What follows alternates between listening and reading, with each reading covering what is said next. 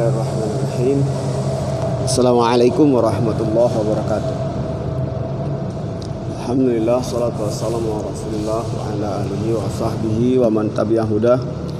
Wa ba'du. Kaum muslimin rahimakumullah.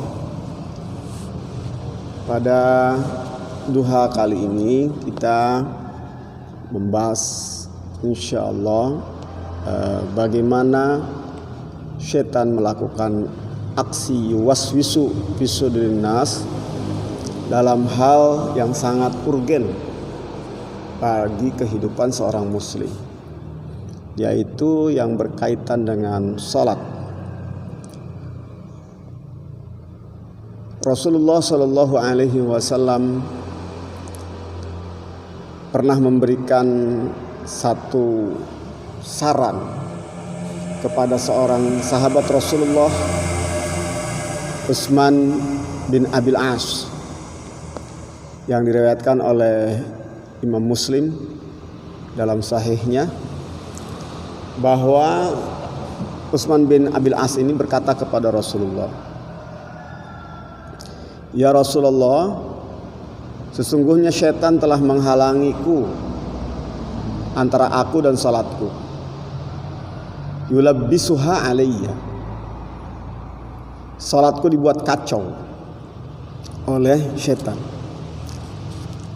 Faqala Rasulullah sallallahu alaihi wasallam, Rasulullah bersabda memberikan penjelasan, "Dzalika syaitanun yuqalu lahu khinzab." Itu syaitan yang diberi nama khinzab. Fa idza ahsastahu fata'awwaz billahi minhu. Apabila kamu merasakan bisikan, serangan, gangguan si khinzab ini, fata'awwaz billah, maka ta'awudzlah kamu kepada Allah minhu, dari syaitan khinzab ini. Minta perlindungan Allah. A'udzu billahi minasyaitonir rajim. Baca doa, a'udzu billahi minasyaitonir rajim. Watful an yasarika salasa. Lalu kamu utful. Tafun itu meniup, tapi seperti meludah tapi tidak keluar airnya. Nah gitu ya. Ke sebelah kiri, an yasarika 3 kali. Kemudian kata Utsman bin Abil As, fa fa'altu dzalika, maka aku lakukan nasihat Rasul itu. Fa azhabahullahu anni, maka Allah menyingkirkan khinzab, setan yang mengganggu salatnya ini, dariku. Ini satu gambaran ya, bagaimana kita harus ta'awuz, berlindung kepada Allah Subhanahu wa taala dari bisikan-bisikan setan yang mengganggu manusia dalam hal salat. Ya, dalam hal salat. Tentunya saudaraku rahimakumullah, kita coba bahas bagaimana salat yang harusnya kita lakukan ini diganggu, dibatalkan, atau dihilangkan pahalanya sehingga kita tidak bisa memetik buahnya. Ya. Seperti kita pernah bahas bahwa setan ini kan punya beberapa tahap dalam menghancurkan manusia. Nah, begitu juga tentang salat. Pertama, manusia akan digoda, akan diganggu oleh setan bagaimana dia tidak melakukan salat. Ya, bagaimana ia tidak melakukan salat. Tahap yang paling awal, manusia dibuat lupa waktu salat. Ya, atau kita dibuat tertidur sehingga lewat waktu salat. Atau saat masuk salat kita dibuat mabuk, gak sadar diri, gitu. Nah, bagaimana ini kejadiannya seperti ini? jika kita diganggu setan dengan model seperti tadi, ya, setan membuat kita tidak bisa tidur semalaman, lalu baru bisa tidur jam 3:30. Wah, kebablasan. Karena ya sifatnya badan kan membutuhkan tidur tidak sedikit, misalnya sampai 5 atau 6 jam. Bangun jam 6:30, waktu subuhnya sudah lewat. Ya, seperti itu.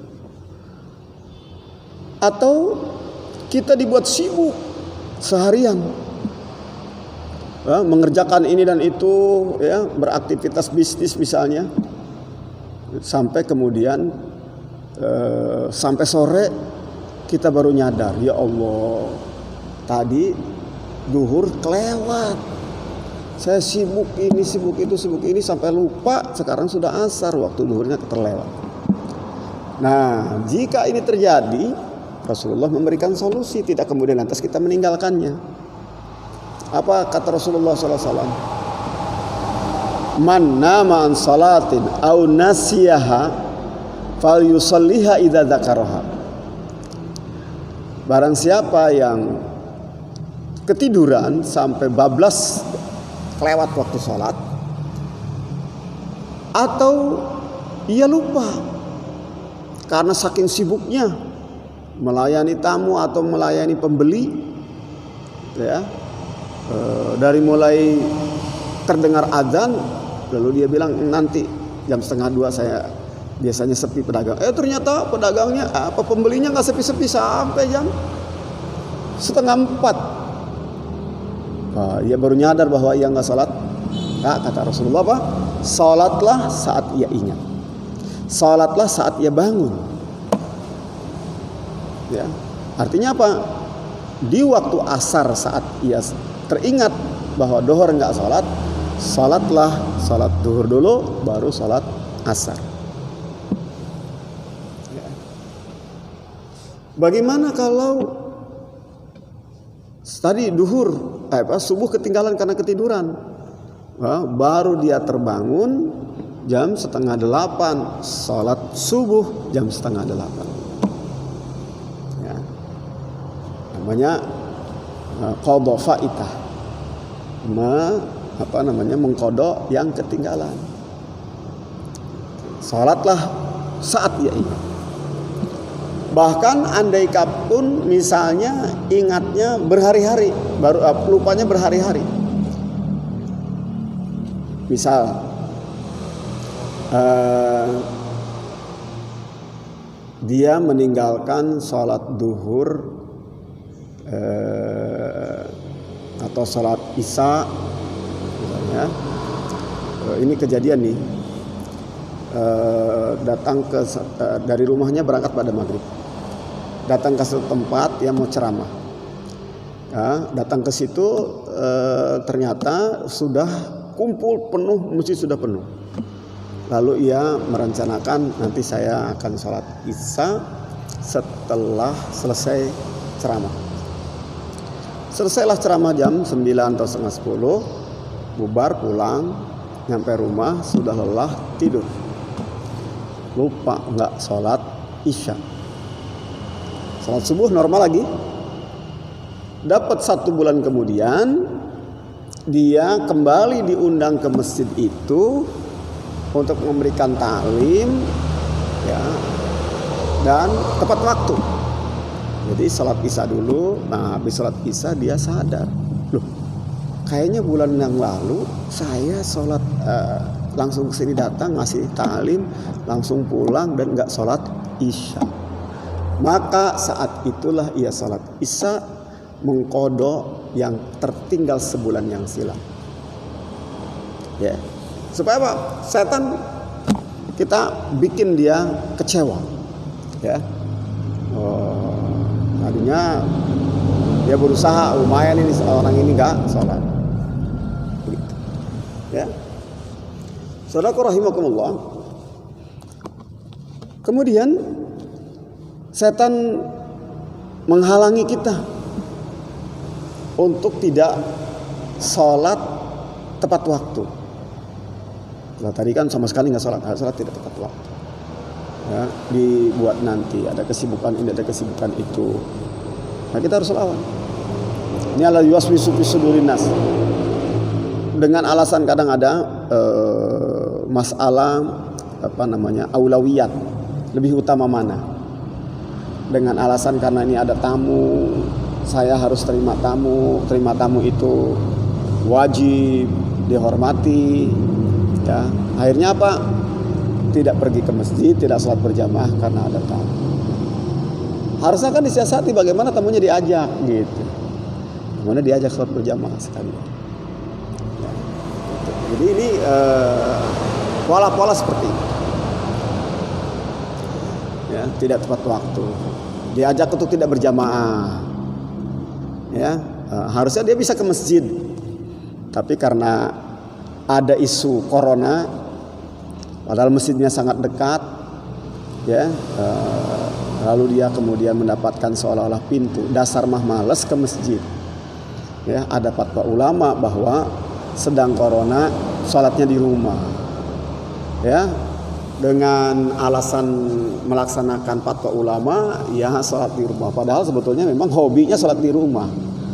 Nah, yang kayak ini nggak benar, bisikan-bisikan setan, gitu, ya. Seperti itu. Kadang setan ini membisikkan dibolak-balik gitu. Misalnya sebelum ada corona dia memang gak suka ke masjid, ya. Tapi begitu ada corona dan daerah dia zona merah dan ulama memberikan fatwa untuk sholat di rumah karena memang zona merah, wah dia mencak-mencak. Ini ulama model apa? Ya, kan lebih afdal sholat di masjid. Masjid itu tempat yang terlindungi, masjid itu dekat dengan Allah. Ya, kenapa kita harus takut kepada corona dan tidak takut kepada Allah? Kenapa kita lebih menghindari corona? Padahal selama ini dia juga nggak suka ke masjid. Kadang-kadang seperti itu. Ya, ini yuwaswisu, ya, setan berikan bisikan-bisikan. Ya, jadi pada saat nggak ada corona, setan menghalang-halangi kita ke masjid. Pada saat ada virus dan kita disuruh di masjid, suruh di rumah, malah kita didorong-dorong oleh setan untuk ke masjid, mencelakai diri sendiri. Ya. Nah, saudara rahimakumullah, jadi model seperti itu. Kita dihalangi oleh setan. Kalau ternyata kita tidak berhasil dihalangi, maka kita dibiarkan untuk sholat, tapi motivasinya disimpangkan. Motivasinya disimpangkan, niatnya disimpangkan, begitu, supaya kelihatan orang, supaya punya sum'ah dan sebagainya. Ini cara setan menghilangkan pahala. Jadi kan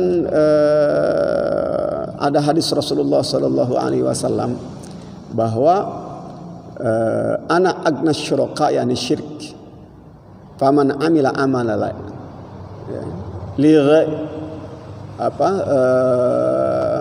subhanallah, hadisnya lupa. Tek hadis qudsi.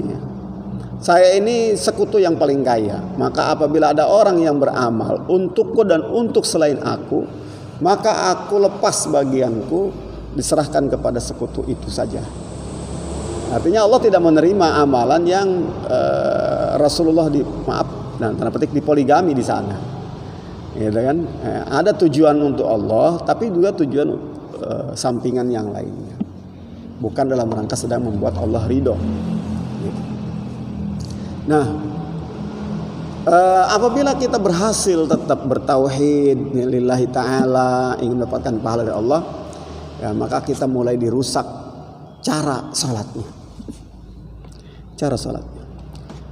Saudaraku rahimakumullah, di antara awal begitu orang masuk mau salat, ya, dibuat dia diganggu masalah cara berniatnya, ya, cara berniatnya. Jadi kalau ada yang dibisikkan bagaimana dia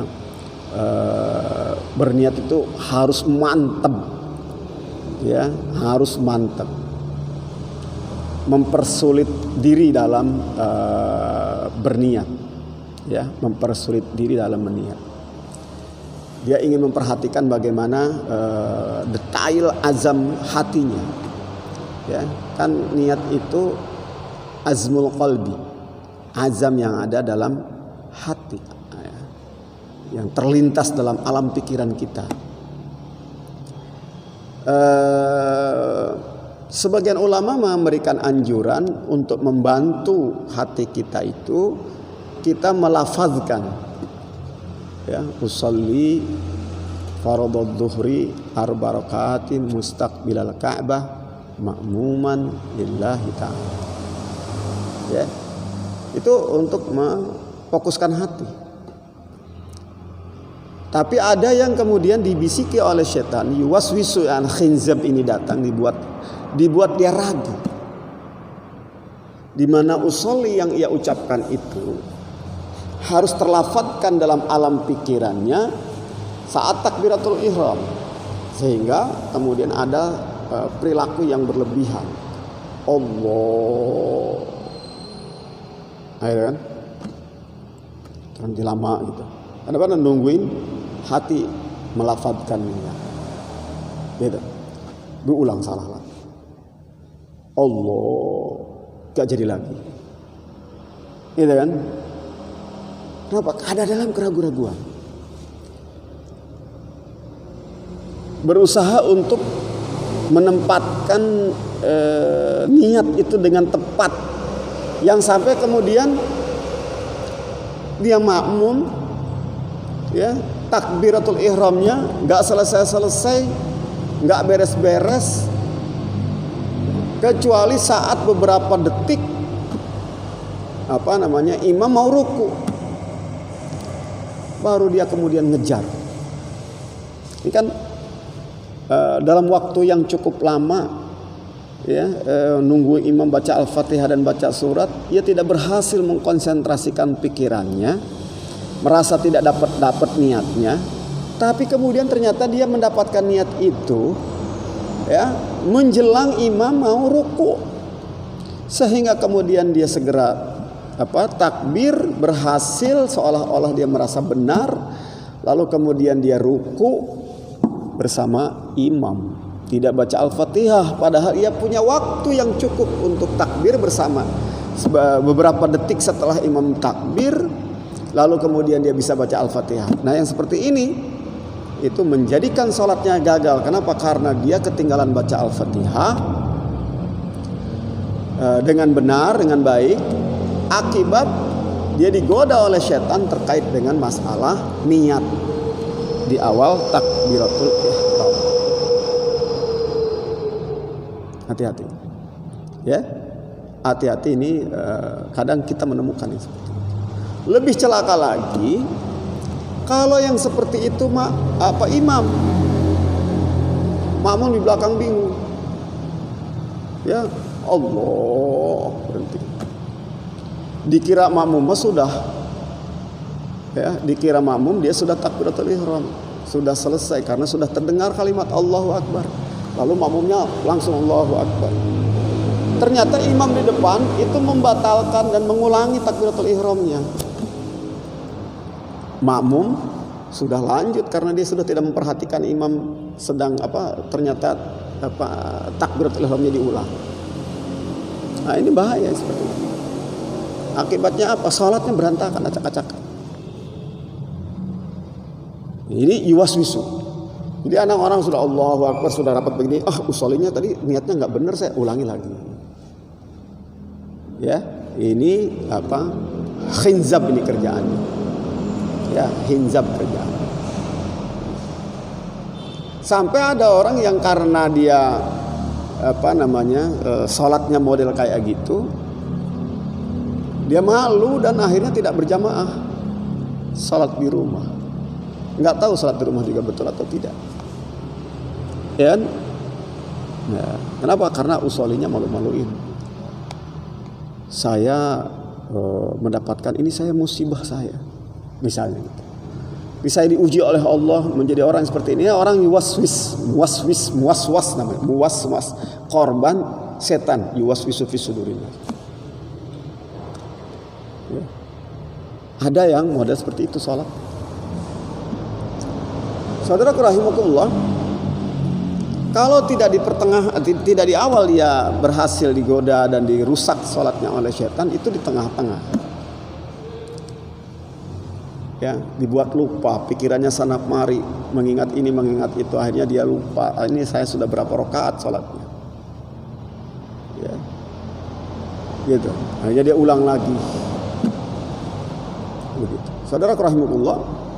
Nah, kalau tidak dalam masalah seperti itu, dia digoda oleh setan dalam masalah pikiran, kekhusyuan, supaya berkurang pahalanya.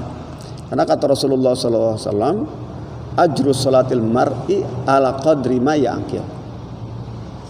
Pahala salat seseorang itu diukur barometernya dari seberapa besar, seberapa lama ia berakal dalam salatnya. Artinya memahami bacaannya. Makanya kan Allah mengatakan la taqrabus shalah wa antum sukara hatta ta'lamu ma taqulun.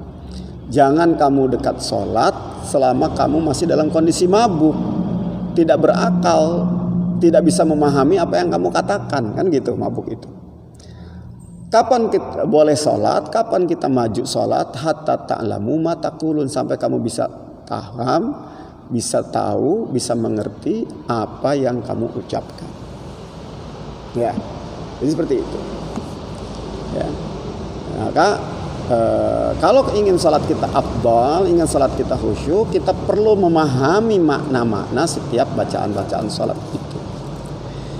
Nah, saudaraku yang dimuliakan Allah Subhanahu wa taala, ini yang bisa saya sampaikan terkait apa yang dikerjakan oleh setan, musuh kita, terhadap salat kita. Dan ini penting banget karena kata Rasulullah SAW, awalu ma yuhasabu bihil abdu as-shalah. Yang pertama kali dihisab dari seseorang itu salatnya. Apabila salatnya benar, baru akan amal-amal yang lain akan diperhitungkan. Tapi kalau salatnya nggak benar, ya udah langsung masuk neraka dulu. Amal lain bisa tidak diperhitungkan lagi. Nah, mudah-mudahan ini memberikan satu peringatan buat diri saya dan kita semua. Mari kita banyak isti'adzah kepada Allah Subhanahu wa taala. Jangan sampai kita tergoda oleh setan, terutama dalam urusan salat kita. Ya, maka para ulama memberikan sunnah kita mengucapkan Rabbi inni a'udzubika min hamazati syayatin wa a'udzubika rabbi ayyahdurun apabila kita sudah mau memasuki salat. Ya, atau membaca surat Al-Nas saat kita menjelang salat, agar kita betul-betul dijaga oleh Allah Subhanahu wa taala sehingga kita bisa memasuki satu sifat yang dikatakan oleh Allah tentang salat, alladzina hum fi salatihim khashi'un, orang-orang yang salatnya khusyuk, ya, atau termasuk orang-orang yang ala salawatihim yuhafizun, orang-orang yang memelihara salatnya. Terima kasih, mudah-mudahan bermanfaat. Qul qouli hadza, assalamualaikum warahmatullahi wabarakatuh.